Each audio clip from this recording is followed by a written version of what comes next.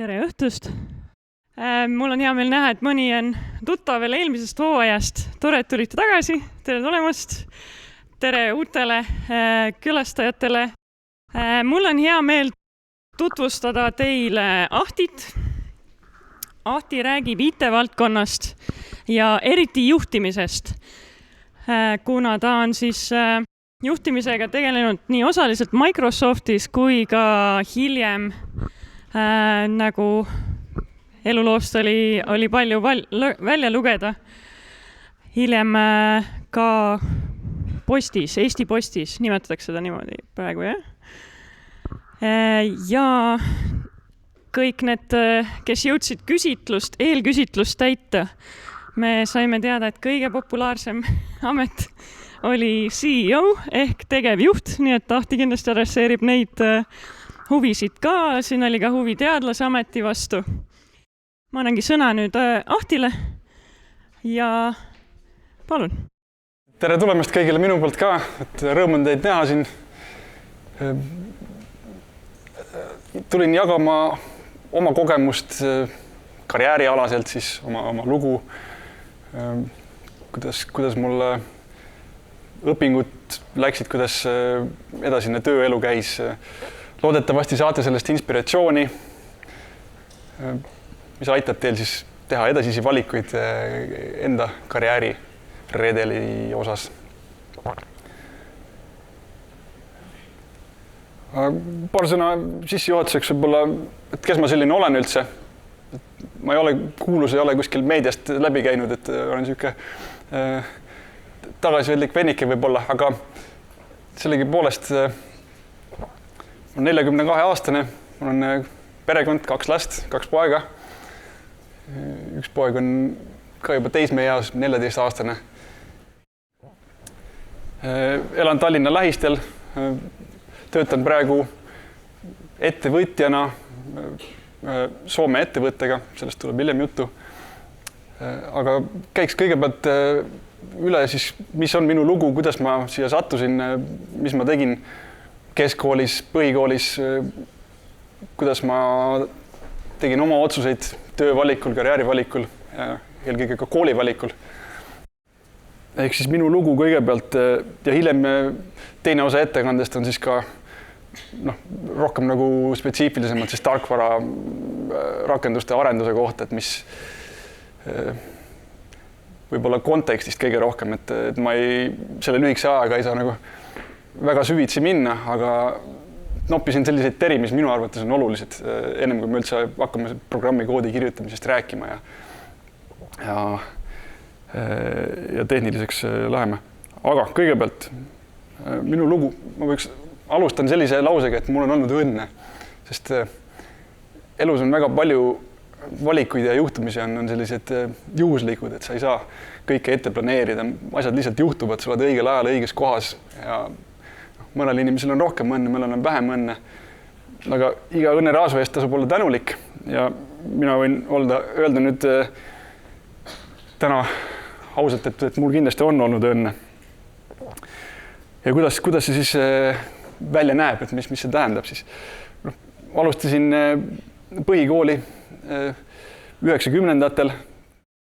Mina alustasin inglise keele kallakuga klassis põhikoolis, mis oli ka edasistes valikutes elus tegelikult päris määrava tähtsusega, et võib-olla kui nüüd tänapäeva vaadata, siis inglise keel hakkab külge teile igalt poolt, igast otsast, et tollane siis ei olnud see võib-olla nii ilmne, et sa tegid valikuid ja eriti kui sa elasid kuskil lõuna pool näiteks, siis see inglise keel või soome keel, see ei tulnud sulle nagu lihtsalt õue peale, et see oli vaja pingutada ja teadlikult sinna inglise keele kallakuga klassi minna selleks, et see põhi alla saada. Et esimesed arvutid, mis hakkasid ka minu edasisi valikuid määrama, kust tekkis see huvi üldse arvutite vastu, nagu siin on näha, see Windows 98 PC, eks ju. Et nendest hakkas see kõik see huvi pihta, mis mind lõpuks siis IT-valdkonda viis. Ja eelkõige siis huvi selle vastu, et kuidas need asjad töötavad, mis seal sees on. hakkasin uurima, mis riistvara komponendid seal teevad, mis on mälud on, mis opsüsteemid võimaldavad kõik see, need märksõnad, bios ja partitsioonid, et kõik see läks nagu lumepall edasi, mis siis pani mind vaatama rohkem siis tehnilise hariduse poole, ehk siis TTÜ poole. Et need asjad tekkisid juba siis põhikooli ajal, need huvid. Jällegi, ma saan aru, et tegelikult 20 aastat tagasi kerida, siis praegu on hoopis teine keskkond. Te olete hoopis teises maailmas kui mina, et me ei saa nagu niimoodi üks ühele mingeid paralleele tõmmata. Aga mis ma arvan, et väga tähtis on rõhutada veel seda, et kogu õpingute ajal, mida ma tegin suveperioodidel tööd. Et võib-olla sealt sai alguse ka selline ettevõtluse või töö tegemise selline pisik. Mina näiteks töötasin eksperdipoes tehnikakaupade müüjana. Sai harjutada suhtlust inimestega, aga kogu see töömaailma sees olemine, et juba varakult on kindlasti väga positiivne kogemus ja ma soovitan kõigile teile ka, kui teil on võimalus suvel teha mingit tööd, siis võtke, kasutage seda ära, mida varem te juba aru saate, mis see maailm endast kujutab, seda lihtsam ja kiirem on teil edaspidi samme seada. Minul oli keskkooli osas oli mul kindel soov, et ma tahan minna eliitkooli. Vanalinnas on reaalkool, Kaag 21.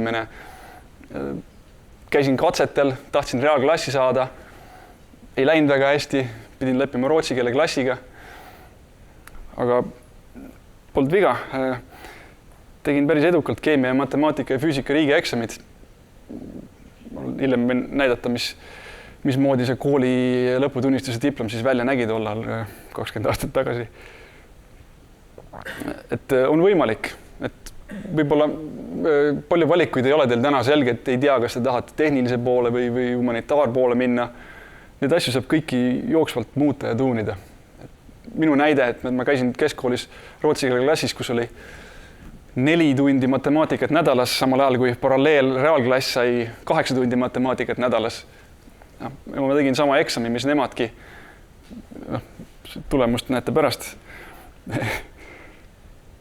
Ja jällegi keskkooli ajal tegin ka suvel, tegin tööd, et praktikat saada. Töötasin mikrolink teeninduses, panin arvuteid kokku, tegin arvutite hooldust, riistvara komponendid said selgeks. Samuti ka see töökogemus ja on väga tähtis, et see töökogemus et see jäi sinna suvesse, et ei hakanud nagu ülikooli ajal segama õpinguid. Siis ma jõuan nüüd selle Tehnikaülikooli peatüki juurde, et mul keskkoolis oli juba selge, et ma soovin minna edasi TTÜ-sse informaatikat või IT eriala õppima. Et need valikud ma tegin juba tegelikult keskkooli ajal ja selleks, et üldse TTÜ-sse sisse saada, oli vaja edukalt teha ära matjaeksam, füüsikaeksam, et need kõik tulemused lugesid. Ja kuna ma käisin rootsi keele klassis, siis ma tegelikult võtsin lisatundega matemaatikas. Et ma käisin õhtuti TTÜ-s Mustamäel, käisin matemaatika lisakursusel. Ja ma arvan, et see on ka üks selline võtmeküsimus, mis aitas mulle selle matemaatika eksami siis piisavalt edukalt ära teha. Jah, et teil on veel aega, et kui teil on juba tekkinud selline arusaamine, kindel soov, et liikuda näiteks TTÜ poole nagu mina, et siis te saate uurida veel, et kus te tunnete, et teil oleks vaja nagu täiendada veel, et kui näiteks praegune keskkooli programm ei anna nagu piisavalt kindlust, et saan ma selle matjaeksamiga nüüd piisavalt hästi hakkama. Loomulikult tasub sihtida alati maksimumpunkte, eks. Et see annab teile eelise siis sisseastumisele ja seal seatakse kandidaadid pingeritta.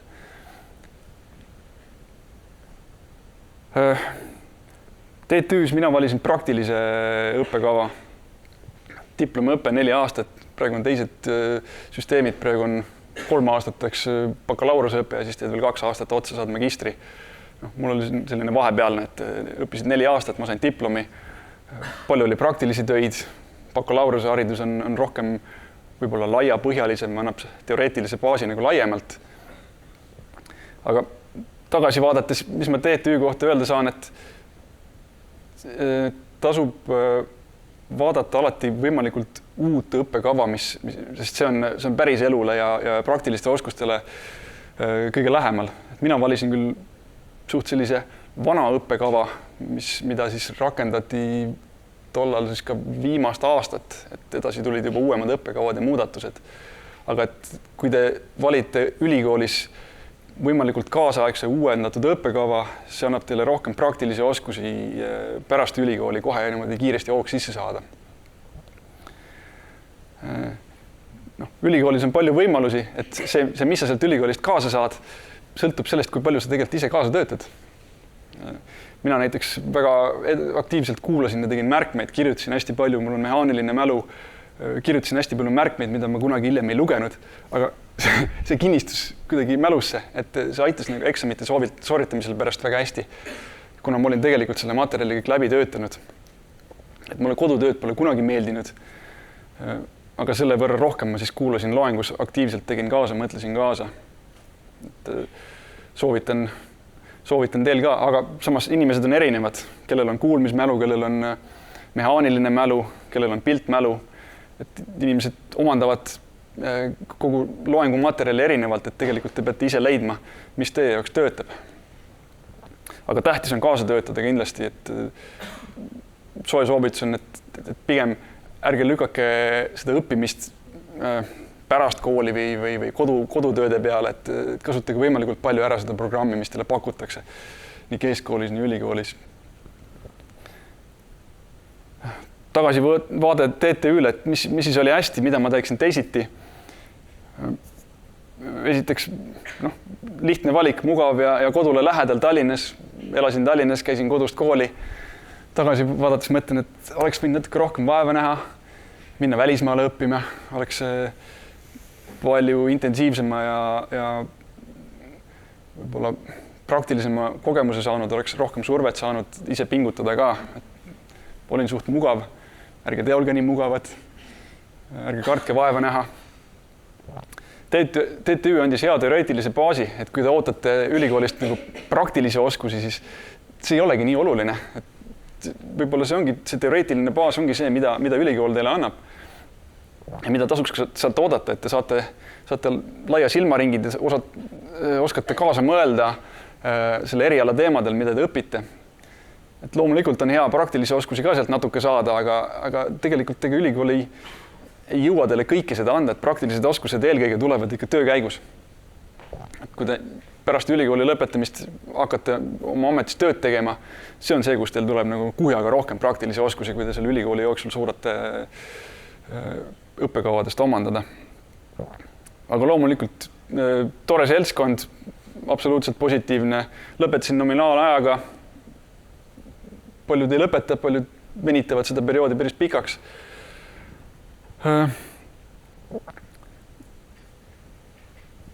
Negatiivse külje pealt, et ma valisin vana õppekava, tol hetkel, kui ma seda valikut tegin, ei olnud ka nii selge, et mis need eelised on, ma võib-olla ei osanud nõu küsida või ei saanud hea nõu, et kuhu siis täpselt minna, mis õppekava valida. Võib-olla ma kiirustasin, soovitan teil kindlasti vaadata, et mis õppekava teil seal laua peal on, et kas see on 4 aasta tagune või on see eelmisel aastal kinnitatud, mida uuem seda parem. Jälle sellepärast, et kokkupuude reaalse eluga hiljem on palju suurem, saate praktiliselt rakendatavaid teadmisi sealt. Jah, välismaale õppimise võimalusi kusutage kindlasti ära, kui võimalus tekib. Ülikoolides on palju stipendiumiprogramme, toetusprogramme. Käige kas või 9 aastaks, käige välismaal, see kogemus on igati seda väärt. Et ärge kartke seda nii-öelda tundmatust või seda kodust eemale minekut, see on kindlasti seda väärt. Mina panin ülikooli ajal päris palju rõhku lõbusale elule ja sellele seltskonnale.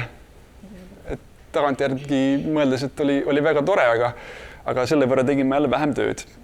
Et need, kes ülikooli ajal rohkem pingutavad ja rohkem tööd teevad ja loevad juurde, uurivad lisaks sellele õppekavale veel kõrvalt, nendel on hiljem suured eelised. Ma tulen sinna juurde oma Skype'i peatükis, ma seletan täpselt siis miks. Ülikoolides on korporatsioonid. Mina ei olnud ühegi korporatsiooni liige. Tundus sükene, võib-olla ma olin liiga egoistlik, ei tahtnud kuskile kängi minna, aga korporatsioonid pakuvad mentorlust, suhtevõrgustikke. Jällegi soovitan, kasutage võimalust. Jah, lugege juurde, lõputöö teemat valides, mõelge, mis on päriselt põnev ja väljakutsuv teema. Mina valisin sellise praktilise asja, millega ma ise olin juba seotud, infosüsteemi ehituse. Et see oli selline lakooniline küllaltki, praegu tagantjärgi mõeldes oleks võinud midagi põnevamat või atraktiivsemat valida, mis mingit suuremat probleemi, mille lahendust veel keegi ei tea. Tahan siinkohal peatuda olulisel teemal, et meil kõigil on ego, eks ju. Tahame ennast tähtsaks teha. Ajapikkuse vaimselt küpsides see asi nagu taheneb ära. Mida ma praegu näen, et mina olin ülikooli ajal ikkagi suht isekas ja selline egoistlik, et mõelge selle peale. Tasub olla tänulik kõigile, kes teid aitavad. Keegi pole oma saavutuste autor üksi. Et olgu see siis koolis, olgu see tööl. Et mõelge selle peale, kuidas, kes on teid aidanud, kellele võiks tänulik olla, mille eest, alustades oma perekonnast. Et need asjad mulle on selgeks saanud tagantjärgi rohkem, et tol ajal, ülikooli ajal, keskkooli ajal, siis pigem ikka mõtlesid sellele, kuidas ise nagu edasi rühkida ja kaugemale jõuda ja kuidas saada seda ja teist. Et ärge unustage tänulikkust kindlasti. Kuidas ma siis pärast ülikooli tööle jõudsin? Õppisin informaatika eriala. Tundus loogiline, et hakkan siis kogu selle IT-värgiga tegelema kuskilt otsast. IT-spetsialisti amet on väga selline abstraktne, et millega ma tegelesin arvuti kokkupanekust, võrgukaabeldusest, serverite halduseni, sealt edasi tarkvara, skriptimine, et kõik suht niisugune lai spekter kogu IT-valdkonnast. Et oli tore,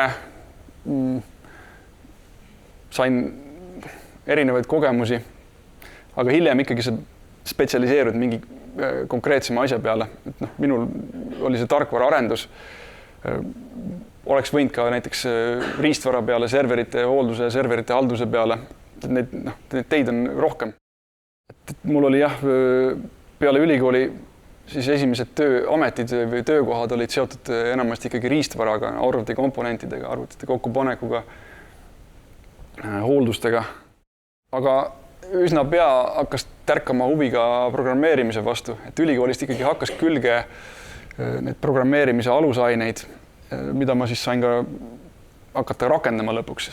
Ja kirjutasin päris mitmeid selliseid spetsiifilisi süsteeme konkreetsete ülesannete täitmiseks, mida kasutati veel aastaid pärast seda, kui ma olin ettevõtetest lahkunud. Et seda oli nagu rõõm näha, et sa üritasid automatiseerida, lahendada mingit konkreetset probleemi, näiteks IT hooldusteenust pakub ettevõte, töötas, ma ei tea, paberlehtede ja Exceli tabelite peal, et kus oli kirjas siis, et kelle arvutit siis hooldati, mis töid seal tehti, mis jupid ära vahetati. Ma kirjutasin sinna PHP-s, MySQL-is, Pythonis sellise infosüsteemi, mis võimaldas siis seda kogu seda protsessi nagu andmebaasi lahendusega hooldada ja hallata.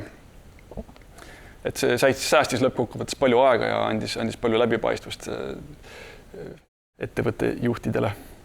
Ma tahtsin vahele öelda, et mulle väga meeldis see eelmine slaid, kus oli väga palju erinevat tehnikat ja masinaid, sest me oleme vend ja õde, ta on minu kõige vanem vend. Ja mina mäletan väiksest peale, kuidas ta kogu aeg nagu võttis asju kokku ja ema mäletas, et oi, et raadio on nagu täiesti tükkideks, et ei tea, kas ta saab selle kokku ka. Aga sai. Jaa, et ja see kogu see asjade kokkupanek ja lahti võtmine on ka seotud vastutusega, eks, et kui ma midagi juppideks võtan, siis ma võtan omale ka vastutuse see asi pärast kokku panna, nii et see pärast töötab ka.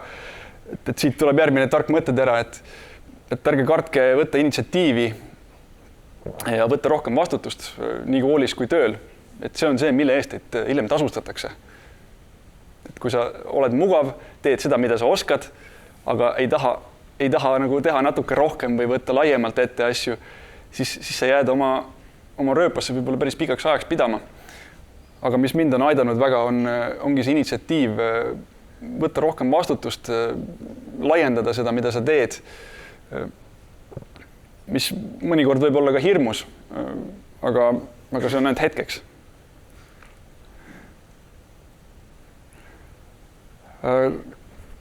Üks tore Äripäeva artikkel, mis minu valikuid edaspidi mõjutas pärast kooli siis esimesel töökohal. Ma mäletan väga hästi, kuidas ma lugesin Äripäeva ajalehest Skype'i kohta, et Skype müüdi maha 2 miljardi dollari eest vist oli sellist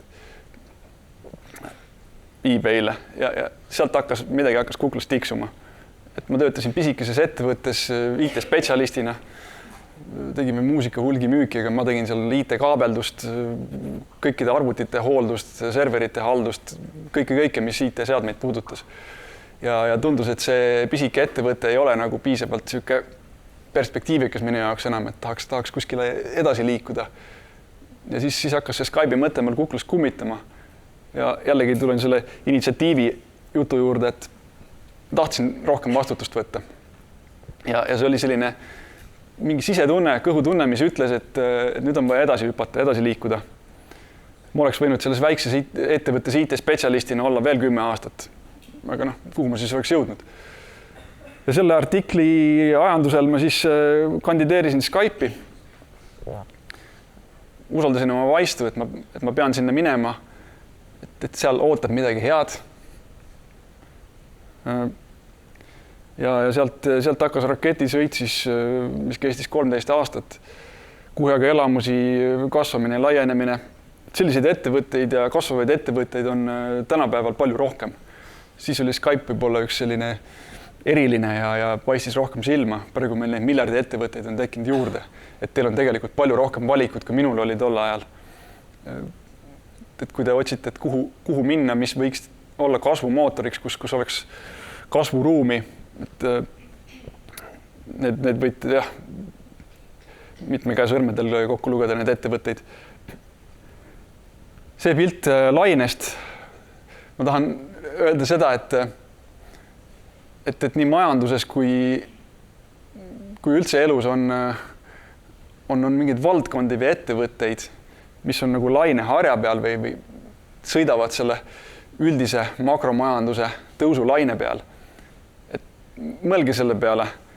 Need lained kestavad nagu pikaajaliselt, see on kuskil 10-aastane periood umbes.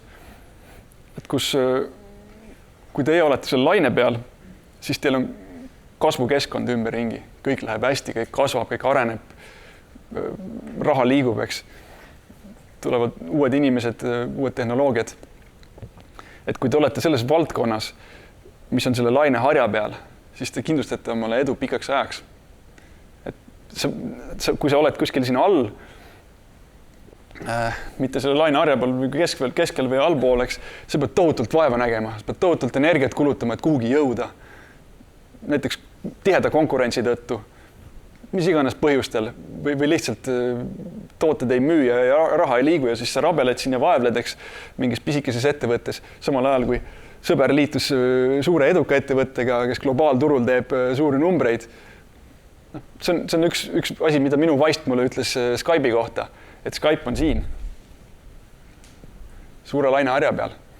Või siis on kuskil siin, siin tagapool, mis liigub kohe selle harja suunas. Ühesõnaga, jälgige majanduses laiemalt toimuvad ka, et mõelge nende trendide peale, küsige nõu, kui te ise ei tea. Küsige, mis on perspektiivikas. Mina tundsin keskkooli ajal ka, IT on perspektiivikas eriala. Ja mu vaist ei petnud mind. Et selliseid laineid on suuremaid ja väiksemaid. Näiteks AI ja masinaõpe. Absoluutselt süüke laine, eks. Et kui te olete valinud õppesuuna masinaõppe peal või AI või andmeanalüütika, need asjad jõuavad, ütleme, lainehari jõuab üles mingi aja viivitusega, et võib-olla 5 aastat, võib-olla isegi 10 aastat. Aga et kui te juba näete, et see laine on tekkimas, siis ja olete juba õigel ajal kohal, et siis te saate kõik seda edu nautida siis, kui see laine lõpuks siis suureks läheb. Et töökeskkond on kindlasti väga oluline. Sellepärast soovitan, valige, mis ettevõttega te liitute. Et kas lihtsalt mugavusest või selleks, et kodul on lähedal või et need ei ole nagu head põhjused. Et mõelge suuremalt, mis inimestega koos te tahate töötada, kellelt on midagi õppida. Ja nüüd ma jõuan selle koolis pingutamise juurde. Et minu algus oli väga tagasihoidlik Skype'is, sest et mul oli väga vähe kogemust.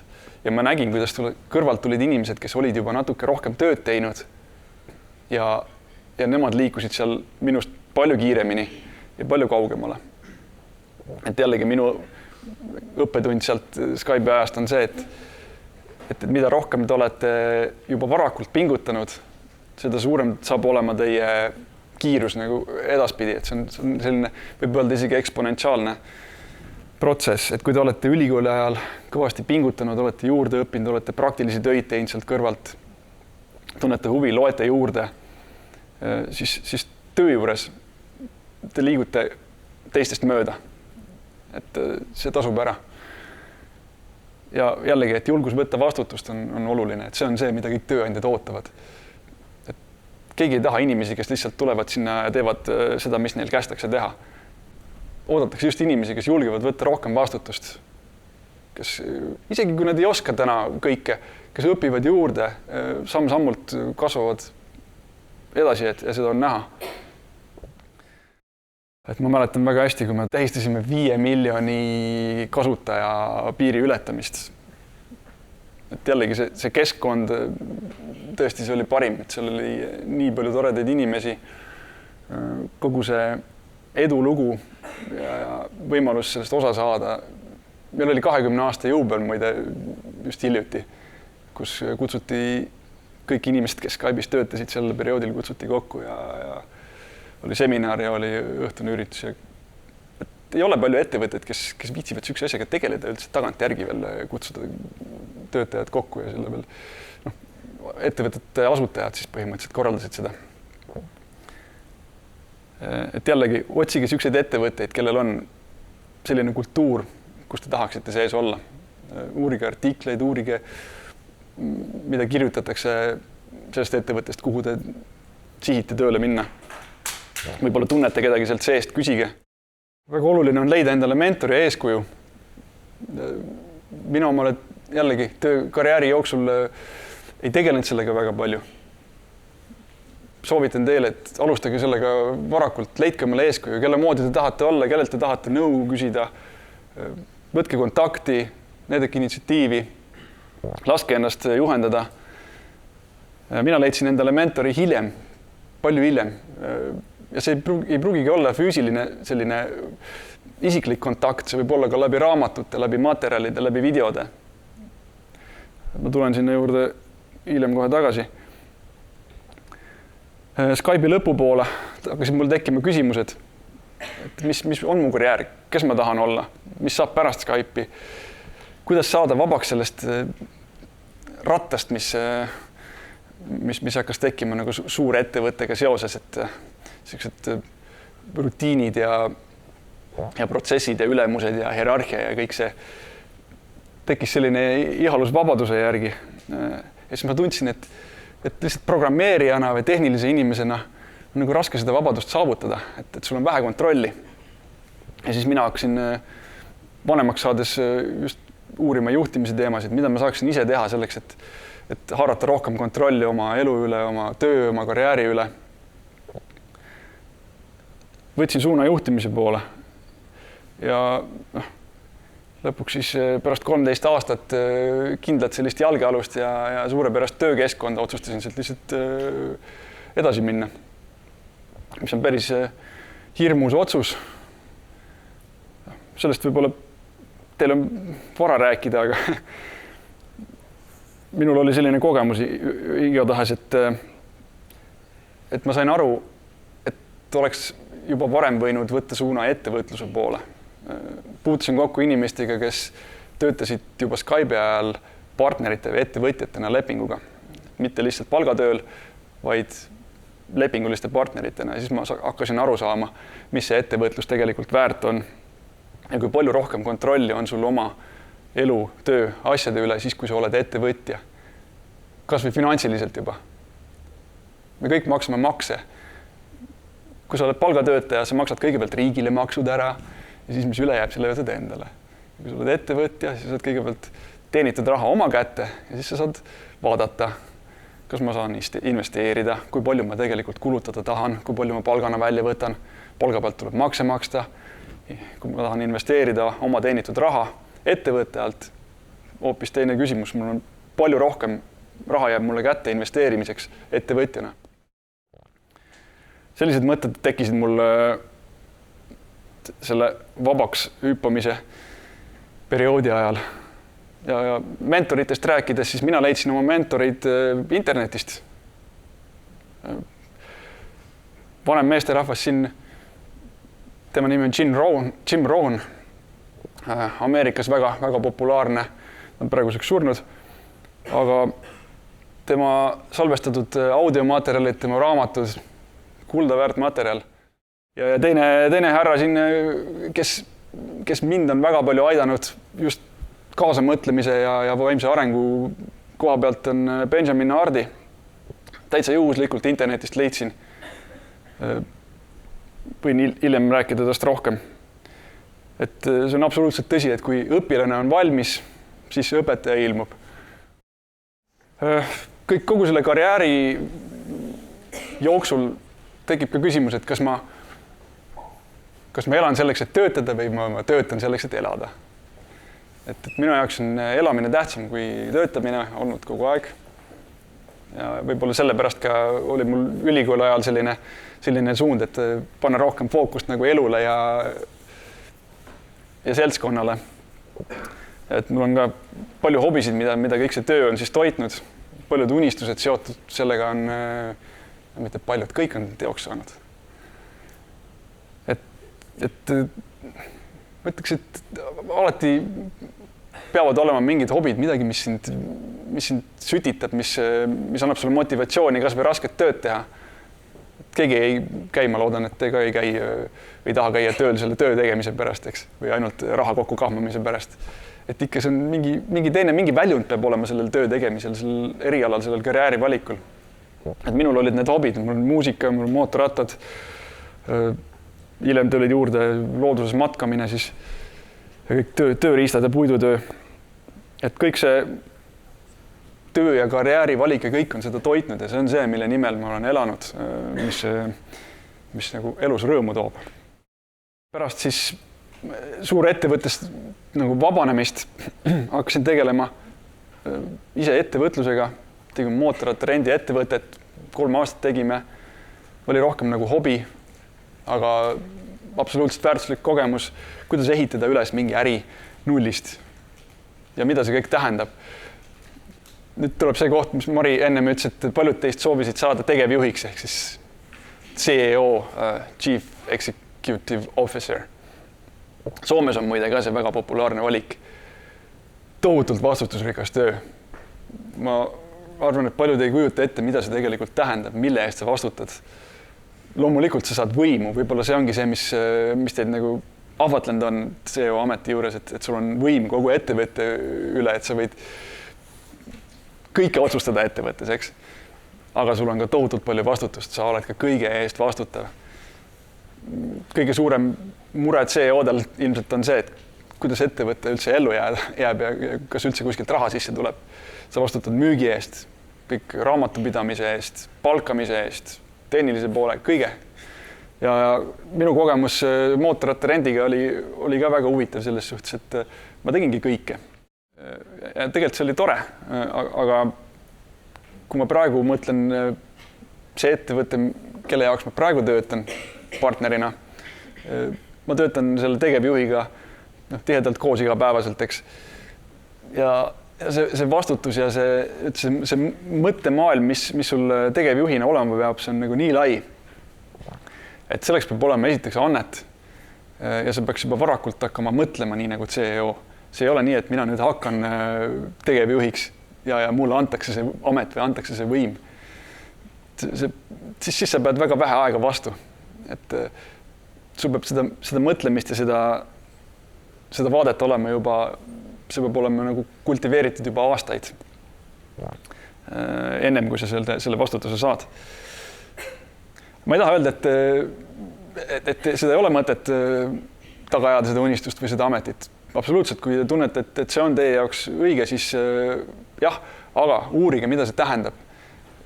Vastasel juhul võib juhtuda niimoodi, et te lihtsalt pettute või arvate, et see on palju lihtsam. Uurige, mida see tähendab. Rääkige inimestega, kes on seda ametit pidanud võimalusel või kui otseselt kellegiga kontakti ei saa, siis uurige, mida see tähendab. Üks huvitav kogemus veel tööalaselt. Pärast Skype'i karjääri läksin Omnivasse tiimijuhiks ja sattusin siis sellises huvitavas perioodis sinna, kus tõmbasid poliitilised tõmbetuuled ja lasti lahti kogu juhatus ja siis tekkisid seal vaakumid ja üks hetk ma avastasin, et kogu IT-osakond 110 inimesega on siis minu vastutusel. Väga äge, karastav kogemus, aga sellise asja jaoks peab ka valmis olema.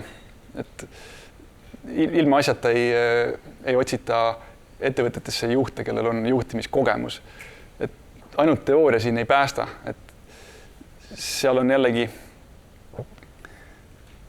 juhtimist õpitakse eraldi erialana. Et kui sa lihtsalt mõtled, et sa kasvad juhiks, ilmselt see on võimalik, aga juhtimine on täiesti teistmoodi mõtteviis ja väga raske on, väga lihtne on takerduda detailidesse ja tahta teha kõike ise, mida sa ilmselgelt ei suuda.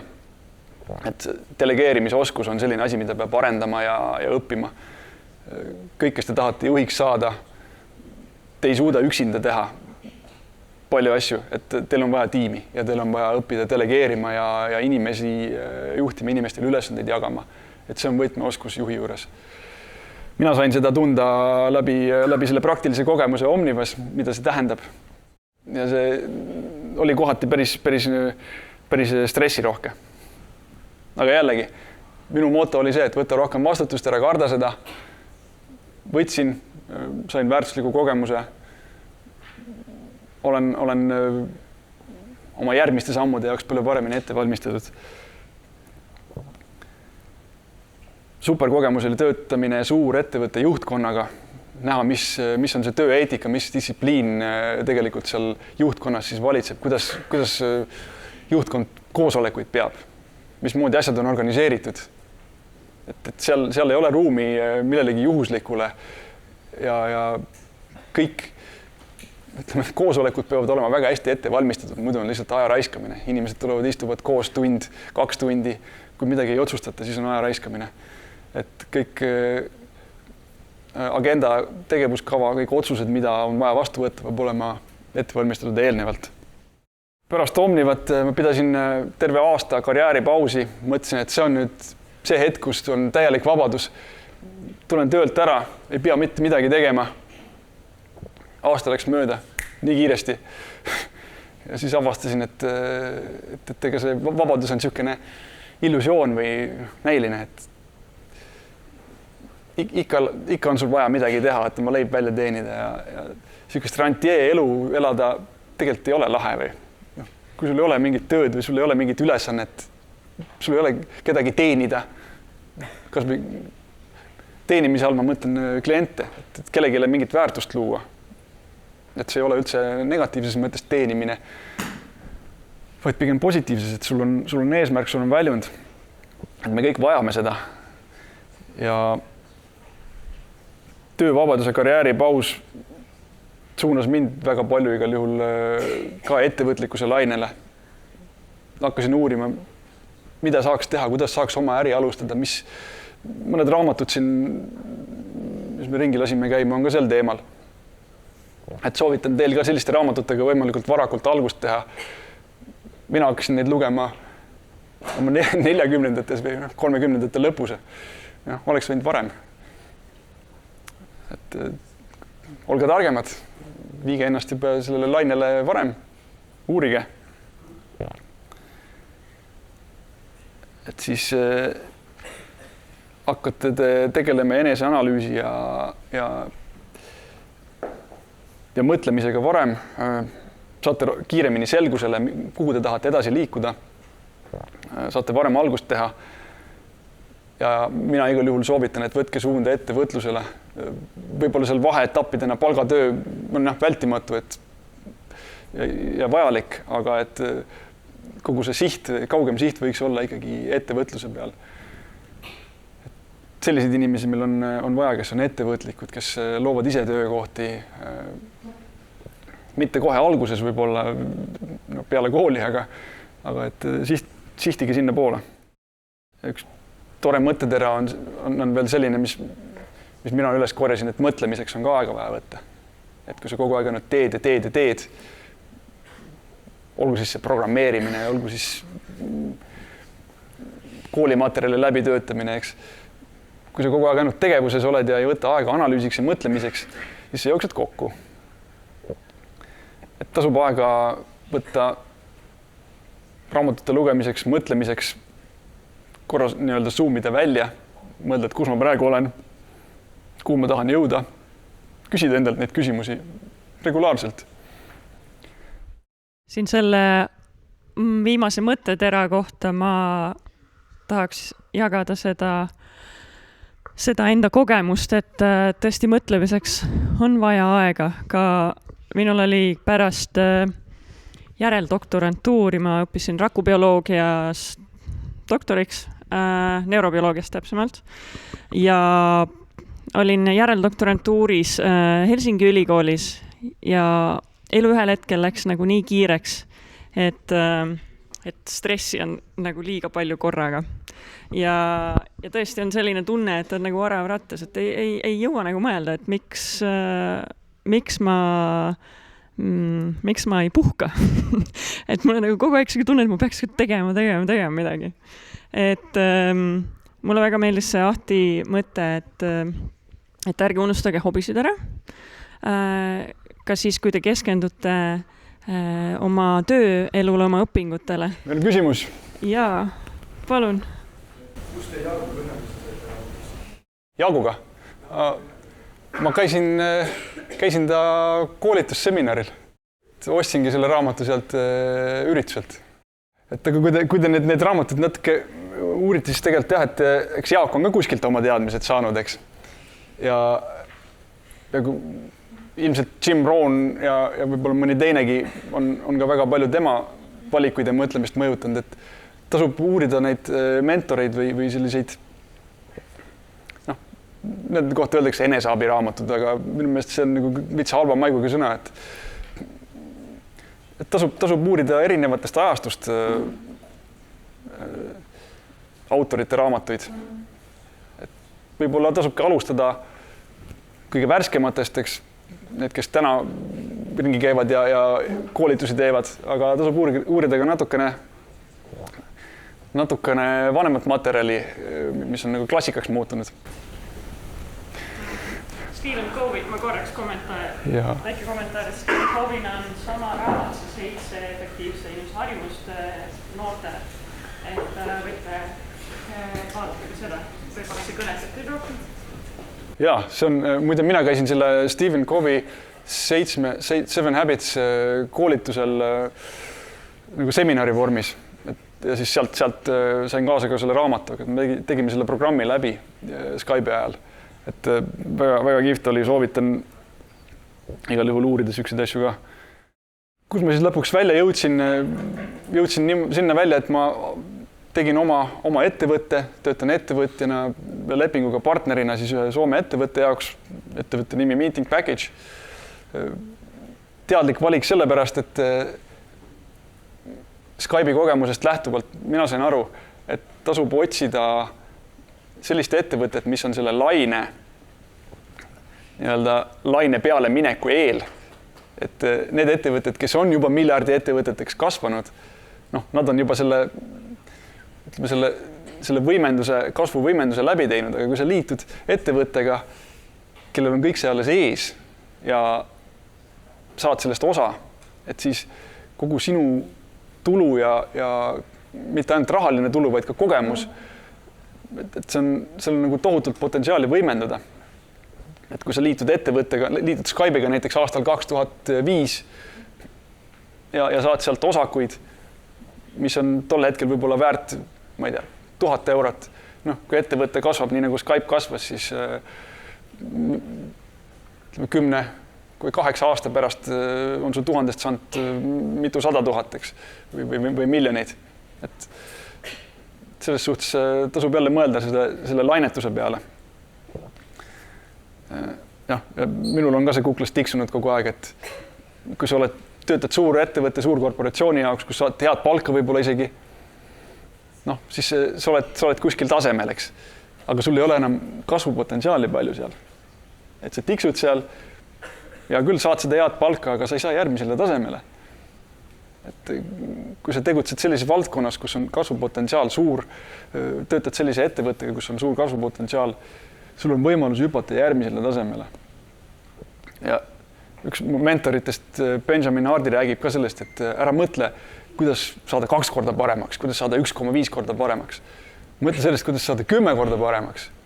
Teenid täna 1000 eurot kuus. Mõtle selle peale, kuidas teenida 10 000, mitte 2000. Või 100 000. Võib-olla 100 korda mõtlemine on veits liiga kõrge kaarega, aga 10 korda igal juhul paneb sind hoopis teistmoodi analüüsima olukorda. Et need asjad, mida sa saaksid teha selleks, et jõuda 1000 euroselt sissetulekult 2000-ni, need asjad on palju erinevamad sellest, mis sa peaksid tegema selleks, et jõuda selle 10 000 palgani. Eks? Ja kui sa juba mõtled suuremalt, siis võib-olla see võtab natuke kauem aega, aga vähemalt sa võtad samme selles suunas, millel on palju rohkem kasvupotentsiaali. Seda räägib Jaak ka oma raamatus, et mõelge, kui te investeerite, mõelge nende asjade peale, mis toovad teile 10 korda tulu tagasi, mitte 1,2 ega 2 korda. Ehk siis ma valisin sellise kasvupotentsiaaliga ettevõtte. Usaldus on väga tähtis, aga usaldus tuleb ka siis, kui sa näitad, et sind võib usaldada. Ehk siis julged võtta rohkem vastutust, julged näidata initsiatiivi, saada usaldust, saad võimu, saad võimalusi. Nende võimaluste teostamine on nüüd kõik sõltub sinust, eks ju, kui palju sa oled nõus pingutama. Aga kui sa ei näita, et sind võib usaldada, siis sulle ei anta ka suuri ülesandeid. Ülejäänud ajaga käiks siis kiiresti läbi selle rakenduste loomise ja programmeerimiste aluste teema, mis on nagu praktilise suunitlusega.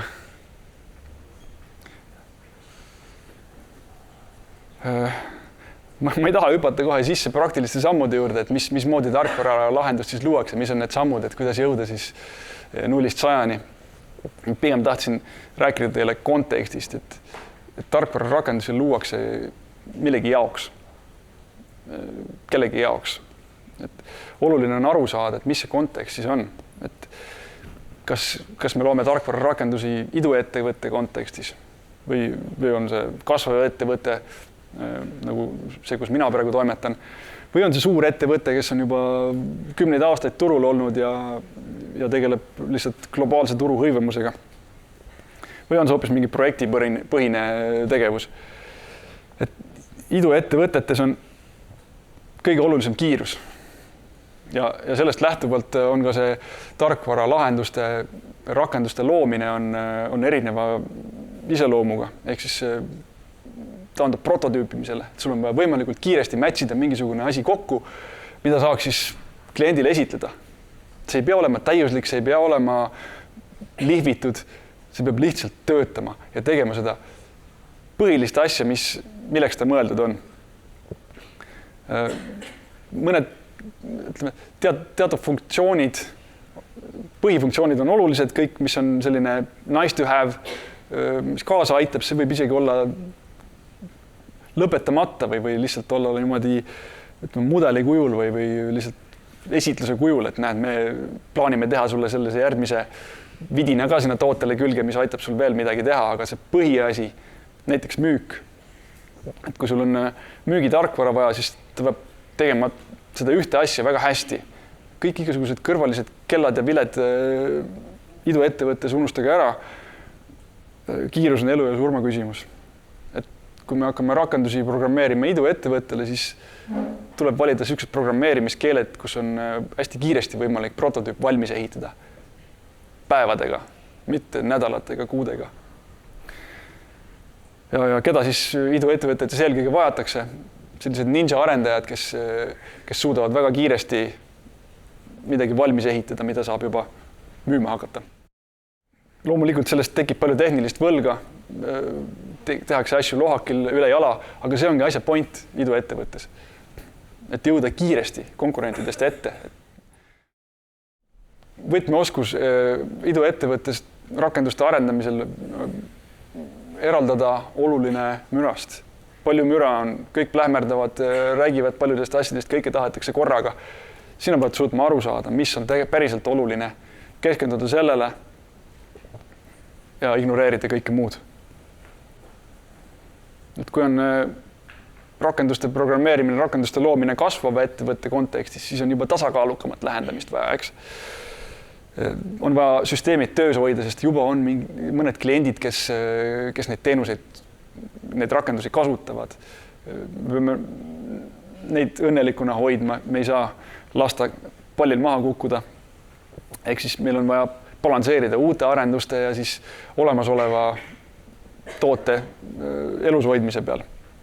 Et kui me ainult olemasolevat elus hoiame ja uusi funktsionaalsusi oma tootesse või rakendusse ei tee, vaid lihtsalt hoiame olemasoleva stabiilsena, siis me ei kasva. Siis konkurentid jooksevad mööda. Et kasvava ettevõtte kontekstis on jälle oluline hoida seda õiget tasakaalu. Ja ilmselt on ka sellest iduettevõtte perioodist, mis sellele kasvule eelnes, on ka palju igasugust tehnilist võlga, palju läbu, palju müra jäänud. Et siis seda on vaja nüüd korrastada ja struktureerida ja korda hoida. Ja kui kasvavate ettevõttesse tuleb inimesi juurde, siis on see kord ja struktuur eriti oluline. Et kui me programmeerime rakendusi sellises keskkonnas, siis me peame ka mõtlema selle peale, et kui ma kirjutan mingi koodijupi, et tuleb mul homme 3, järgmisel nädalal veel 5 arendajat tiimi, kas nad ka aru saavad, mida ma kirjutasin? Et kui ma olen selle halvasti kirjutanud, siis tekib sellest kohe probleem ja kogu see arengutempo siis pidurdub, sest sa pead hakkama selgitama asju, uued inimesed ei tea, ei saa aru, võib asju hakkama ümber tegema. Et struktuuri ja korra loomine on sellises kontekstis väga oluline ja seal on ka vaja teadmisi siis, et näiteks kui sa programmeerid tarkvara rakendusi, et mis on need mustrid, mis on need parimad praktikad, mille järgi teha. Et kui sa lihtsalt teed nagu oskad, nagu iduettevõttes võib-olla tegid, siis sellest tekib hiljem probleem. Ja siis, kui ettevõte on oma kasvufaasis jõudnud juba mingi suuruseni, et siis tuleb siis hoida kindlat joont. Et siis on see süsteem ja distsipliin ja kogenud tootejuhid on väga olulised. Et jällegi, kui me rakenduste ehitusse teemasse nüüd paneme selle teema konteksti, siis et mismoodi see suure ettevõttes rakendusi ehitad, et ilmselt töömaht on palju suurem, sa planeerid rohkem ette, rohkem keerukust on, et peab rohkem aega kulutama tegevuse planeerimisele ja töö tükeldamisele, ennem kui sa saad päriselt seda koodi kirjutama hakata. et see on jällegi juhtimise kunst, et kuidas seda kõike õiges kontekstis nagu õigeid otsuseid teha. Igal juhul tasub küsida, mis iganes keskkonnas sa oled, ütleme, et sa oled siis tööl, oled kuskil ettevõttes, kirjutad tarkvara rakendusi. Sul peab olema kindel arusaam, mis on sinu roll selle ettevõttes, mida sa tahad teha. Näiteks Microsofti korporatsiooni maailmast hea näide, et seal on 2 sellist suunda, kus sa saad areneda. Et üks on tehniline suund, kus sa siis lihvid oma tehnilisi oskuseid, oled järjest parem programmeerija, kirjutad järjest keerulisemat koodi. Ja teine suund on, et inimestega töötamine, ehk siis tiimi juhtimine. Algab tiimist pihta, lõpuks oled osakonna juht või oled siis see tegevjuht lõpuks, eks ju. Et see on see redeli viimane aste. Et sa saad tegelikult paralleelselt, ükskõik kumba suuna sa valid, sa pead endale selgeks tegema, kus sa tahad siis olla. Et kas sa tahad tegeleda tehniliste teemadega või sa tahad juhtimise ja inimestega tegeleda. Ja siis on olemas veel üksiküritajad, kes töötavad nii-öelda freelancer programmeerijatena, ehitavad rakendusi projektipõhiselt erinevatele klientidele. Sellega on see positiivne asi, et sul on palju vabadust, sa oled oma enda peremeeseks, aga et kogu see kasvad niimoodi, kui sa üksinda teed või põlve otsas teed. Et sa oled üksik hunt ja teed oma tööd hästi, saad hästi tasustatud ka võib-olla, aga et sul ei ole sellist kollektiivi ümber ja sul ei ole võimalik järgmisele tasemele hüpata, et sul ei ole võimalik näiteks hakata tuhandete asemel teenida 100 000. Et sa ei saa sellist hüpet teha lihtsalt üksinda, sest sa lihtsalt ei jõua üksinda nii palju teha. Et seal on omad plussid ja miinused, võib-olla mõnele sobib selline elu just, et ta ei tahagi väga suureks kasvada või palju võimu haarata või tegevjuhiks saada, eks, suures ettevõttes. Et see freelanceri karjäär on ka täitsa üks võimalik. Aga rohkem tehnilised slaidid siis, et millest see tarkvara rakendus siis koosneb. Et tüüpiline selline jaotus on, et on back-end ehk siis serverite pool, kus andmebaasid elavad, kus andmeid töödeldakse, salvestatakse ja siis on see front-end ehk siis kasutajaliidese pool. Et jällegi küsimus, et mis on minu roll ettevõttes või tiimis, et kes ma tahan olla, kas ma tahan programmeerida neid kasutajaliideseid, kus sa visuaalselt näed, ilusad nupud, vormid, eks, pildid liiguvad või menüüd, mis iganes seal kasutajaliideses on.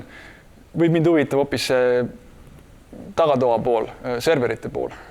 Võib-olla mulle meeldivad andmebaasid, mulle meeldib andmebaase ehitada, mulle meeldib servereid hallata või serveri rakendusi ehitada. Et tarkvara rakendusel on, tüüpiliselt on sellised komponendid. Et jällegi, kus te saate oma mõtteid juba seada, et mis teid huvitab, kui te vaatate tarkvara rakendusi, mis te veebis täna näete või oma telefonis kasutate. Mis teid selle juures nagu paelub, mida te tahaksite teha, kas see nähtav pool on oluline või hoopis see, mis toimub kuskil kaardina taga serverite peal. Et te saate juba praegu võtta õige suuna, kui me rakenduste arendusest räägime. Üks populaarne teema on veel tarkvara rakenduste juures mikroteenuste arhitektuur. Ilmselt olete kuulnud, kes ei ole, kuulete nüüd. Mismoodi suured tarkvarateenused on ehitatud. Nad on tükeldatud väikesteks tükkideks. Iga tükk elab kuskil arvutuspilves oma serveri peal oma elu ja need tükid suhtlevad oma vahel. Aga et iga mikroteenust või sellist tükikest arendab tarkvara ettevõttes eraldi tiim ja neil on palju vabadust otsustada, mismoodi täpselt oma rakendust, oma mikroteenust siis struktureerida, kui tihti nad uuendusi tahavad sinna teha ja nii edasi. Et mismoodi kogu see tehisintellekti maailm ja suure skaala tarkvara on üles ehitatud on mikroteenuste peale. Mikroteenused elavad arvutuspilved koosnevad arvutuskeskustest, datacenteritest ja kõik see asi peab kuidagi moodi kokku siis mängima. Et seal tuleb see arhitekti amet tuleb nagu väga teravalt välja, et kui sind huvitavad keerulised süsteemid. Sa suudad tajuda palju keerukust, suudad aru saada, kuidas 100 erinevat komponenti omavahel suhtlevad, nii et nad pakuksid sulle mingit väärtust. Näiteks kindlustusteenus. Seal on ka mikroteenused. Kui sa tahad kindlustust sõlmida, siis toimub palju päringuid erinevatesse registritesse. Sisestad oma autonumbri, toimub päring autoregistrisse, võetakse auto andmed, päring kindlustussüsteemidesse, erinevate kindlustusseltside süsteemidesse, kus siis nende auto andmete põhjal siis korjatakse välja pakkumisi. Et kõik see toimub ka mikroteenuste peal sekundi murdosa jooksul kuskil taustal. Et kui sind huvitab suur pilt ja sellise tehnilise arhitektuuri sellega töötamine, siis ilmselt arhitekti amet või see suund on sinule õige. Tänapäeval on 3 suurt arvutuspilve, kus tarkvarateenused jooksevad, kas Google, Amazon või Microsoft. Et siis need on need oskused, mis tuleb siis omandada või mida võiks juba uurida, kui siuke teema huvit pakub. Et ilmselt ülikoolides on kursusi sel teemal ka. Tööle lähed, siis vaadatakse kohe, et milliseid pilvi sa siis tunned, et kas oled Google Cloudiga töötanud, kas oled Amazon Cloudiga töötanud või Microsoft Cloudiga. Et siis sa saad, kui sul on kõik kogemused ette näidata, siis sul on jälle eelis. Ma arvan, et siinkohal võiks lõpetada, et materjali on väga palju, aga aeg hakkab otsa saama. Jaa, tõesti. Kas on mingid küsimusi tekkinud? Küsimus? Kui te täna saaksite minna ülikooli, mis eriala te valiksite? Väga hea küsimus. Kuna ma olen juba juhtimise teema peale ennast häälestanud ja kogemuse ja vanuse ja kogu selle infoga, mis ma olen omandanud, mina tahan kindlasti juhtimise teemat edasi minna, et absoluutselt täiskasvanute õpe on suur teema. Pole üldse ebatavaline, et 40-aastane läheb ülikooli tagasi. Ilmselt ettevõtlust IT-valdkonnas, et jätkaks oma rada ja täiendaks ennast sellel erialal, et kuidas tegeleda ettevõtlusega IT-valdkonnas. Kasvupotentsiaal on meeletu, turg on terve maailm, võimalusi tekib alati iga päev juurde, uued pilved, uued tehnoloogiad, tehisintellekt.